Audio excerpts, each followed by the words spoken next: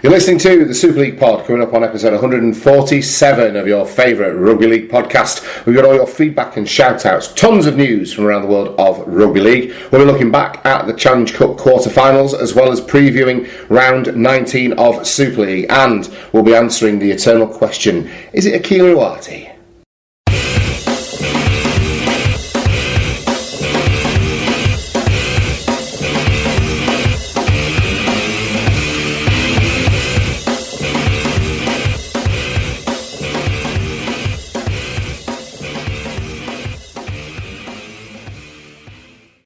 Okay, hello everyone and welcome along to episode 147 of the Super League Pod. As always, Tom and Mark here to cast their eye over everything Rugby League that's been going on this week. So Mark, how are you? How's your week been? I've had a week off work. Wow. So that was alright until today, going back. Oh yeah. Piling through the emails. Did you have the Monday blues? Not too much. I mean, there's far worse things going on in the world. It feels like every show we rock up and there's horrible things that I've gone on to feel sad about. So, you know, I've developed a new perspective, which is don't care as much about work. Yeah. Good shout. Care enough, but not too much. Yeah. But I had a good week off. Went to York. We'll probably how was that? Talk a little bit about that in the recommendations. Oh, I see. Okay. Couple of places that we went that were nice. But yeah, we just did the general tourist stuff, went on a boat on the river, went in the Minster and went on Clifford's Tower and that sort of business. Obviously the rugby went well. Yeah, it did, didn't it? This Spoilers. weekend. And well, for you. and I had a nice barbecue with your little Erin. Yes. On Saturday evening after the game, I went round to Erin's mum's and played with Erin for a bit. She was she's her usual effervescent self, I'm led to believe. She was trying to steal my hat a lot and just basically trying to make me do things I didn't want to do, like play with the wet dog toys and give him my hat mostly. Right. But you know, she was 5. She wasn't too much of a problem. No. I'm sure you didn't have to chin her or anything. You start on it, did you?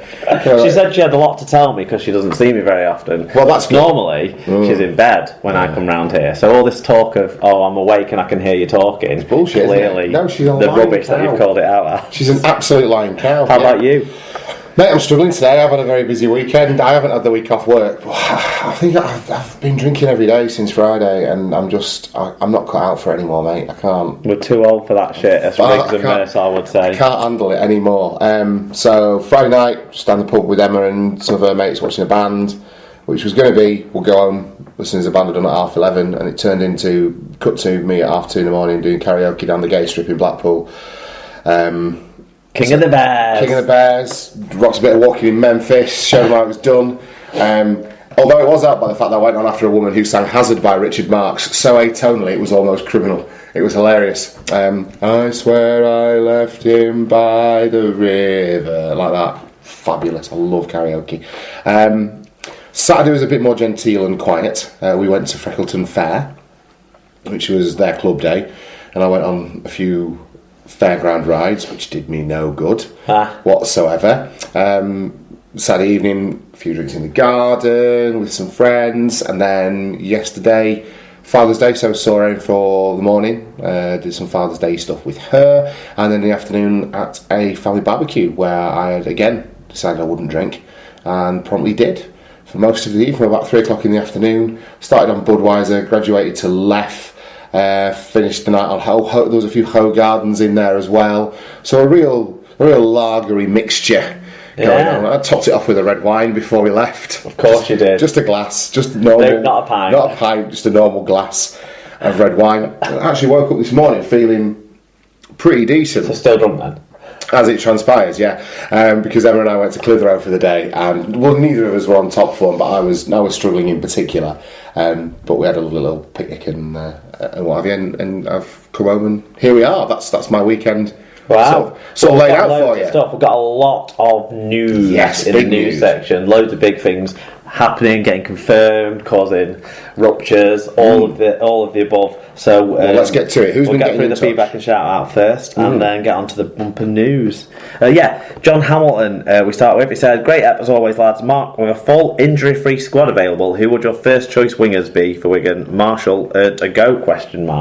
So, well, it's difficult to say Manfredi doesn't deserve to get back in based on how he was going before he got injured. Yeah. But by the time he comes back, it's going to be too late into this season when you've got two wingers scoring a try a game and then Davies not making any mistakes and making a ton of metres when he gets a go, and scoring a few decent tries too.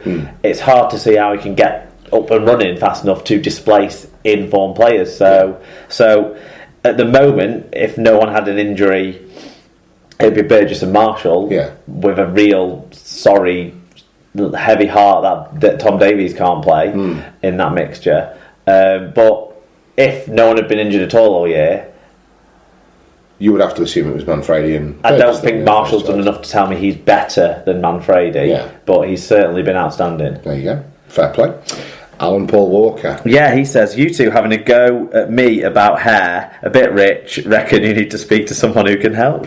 Well, it wasn't about his hair. We weren't criticising the length of his hair. I think he's got Gandalfian locks. I think they're fabulous. It was just the idea of him being let loose with scissors that sort of tickled me more than how else. You enjoyed it for sure. I did, yeah. Paul Michael Craig at Paul_78, he said, if the £1 million game is between Toulouse and Catalans, does that mean it's really the £1 million franc game? Yes, very good. Well, no.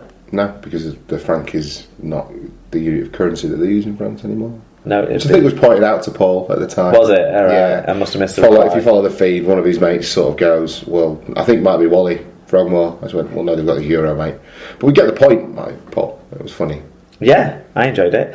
Sarah Mackenzie at Scoots28Mac said, only been listening to Super League Pod for 12 minutes and I've been insulted twice. Laughing emoji. Sort of cringing emoji. Yeah.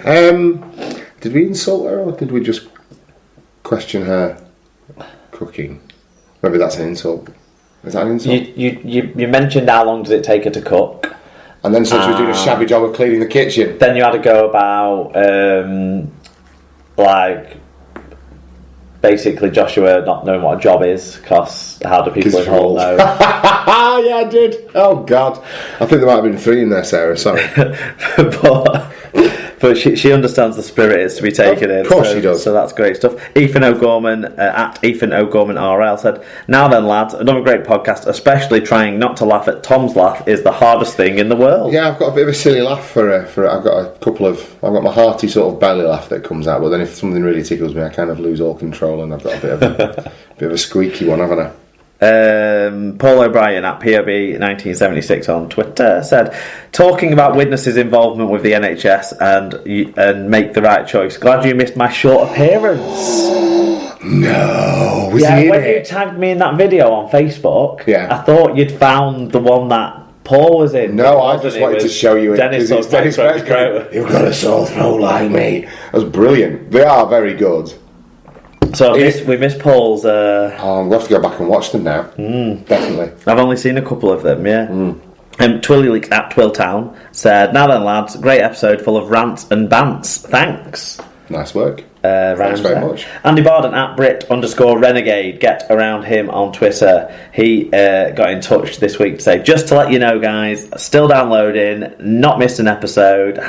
#Foundation listener. You little legend. He very much is the foundation listener, isn't he? As far as we're concerned. What's that stone they use in an arch? What's that called? He's that, isn't he? Cornerstone. Centre stone, cornerstone. What? Yeah, he's just.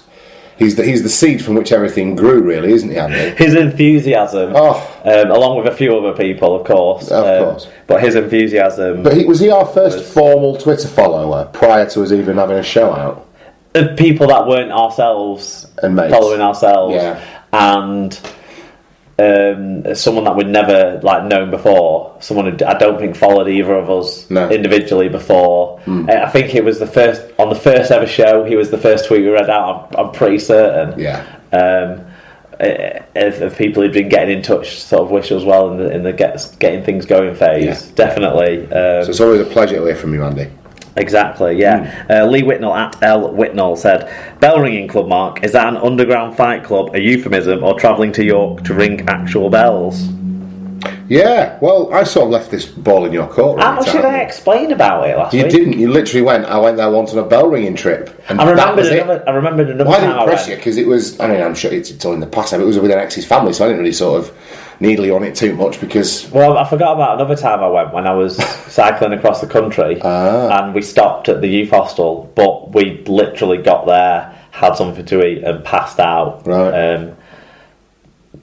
So I didn't actually go into York really that time, but yeah, it was like you say, bell ringing with an ex's family. The girlfriend I had at the time had just returned from a few weeks living in Germany with a family she knew, right? And it was the first weekend she was back, so she was going to do that with her mum and dad and a gran, and I said I'll come too then. Have you ever bell rung? Yeah. Did they show you the ropes then? Hey. Oh, I've been sitting on that for about 30 seconds. Carry on. Well, that was kind of it. Yeah. Really. So there you go. I spent a lot of time sat outside York Minster whilst the bell ringing people who were interested in bell ringing went inside because they'd got special access to look at the big bell that was in York Minster. I see. You were interested in inspecting the enormous bell? No, I wasn't. There wasn't. Quite happy at taking dongs. Yeah. Just generally. Yeah. In the outside world. Yeah. But fair enough. I went in the Minster this time with Emma, and that was nice. We went up the tower to the top, and you could see everything. And we heard how no building's allowed to be built higher than the Tower of York Minster, but no building in York comes close, really. So, yeah, it was good. Fantastic. Oh, well, I'm very, very glad. So, yeah, it was an actual bell ringing trip. It wasn't a euphemism. It's not a. I wasn't like having fights with people. We can talk about it. Cool. Good. So, I mean, I presumed you would do. It was kind of your thing. No. The first. There's no rules. There's no. Oh, I see. Of course, there's no rules to bell ringing club. Yeah. Alan Witt's other than stay grounded. In case you get really good at bell ringing. No, if you lose your feet, you go up and you can it causes disaster. From what I've told. Right. So you need to So it's really something people take very, very seriously, isn't it? There's a bell ringing. I can't remember if it's quarterly or half yearly digest that Sid and Janet, our friends' parents, receive, and whenever anyone does a special thing, apparently there's this thing called a peal. Yeah, which is ringing the bells for fucking ages. Basically, you go all the way around of the 8 bells or the 6 bells you've got, and have each one being the first bell, and swapping around every single alternate. I'm with you. Alternate tune you can play. Yeah. And it's called a peal, and then whenever someone does that, they write into bell ringing digest or whatever it's called, and they publish the details of it, when it happened, where it happened, that sort of stuff. I see.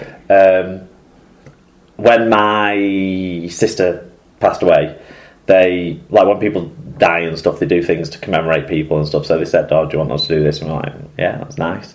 And so they went to the church nearest to our house where we could hear it from our house, and they did a quarter peal. Right. So a quarter of the way around, whatever. And then that got put in the magazine and stuff. Oh, I see. Quarter peal in honour of, and then all that.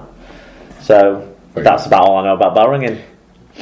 You like the Forrest Gump, but that's amazing. That's more than I ever knew about bell ringing. Alan Witts at Wits13 said, listening to Super League Pod in the sunshine while putting together my little girl's swing. #brownie points. #week off. Good work. Yeah, so there's a little picture of us. It looked very sunny down in. Is he Gloucestershire? Yeah. Roughly, isn't it? Worcester. Yeah. Worcestershire. Close. That area. That neck of the woods, yeah. Plus, when it floods, as it is likely to do, as it is wont to do every year down that neck of the woods, at least you've got a second house to move into now.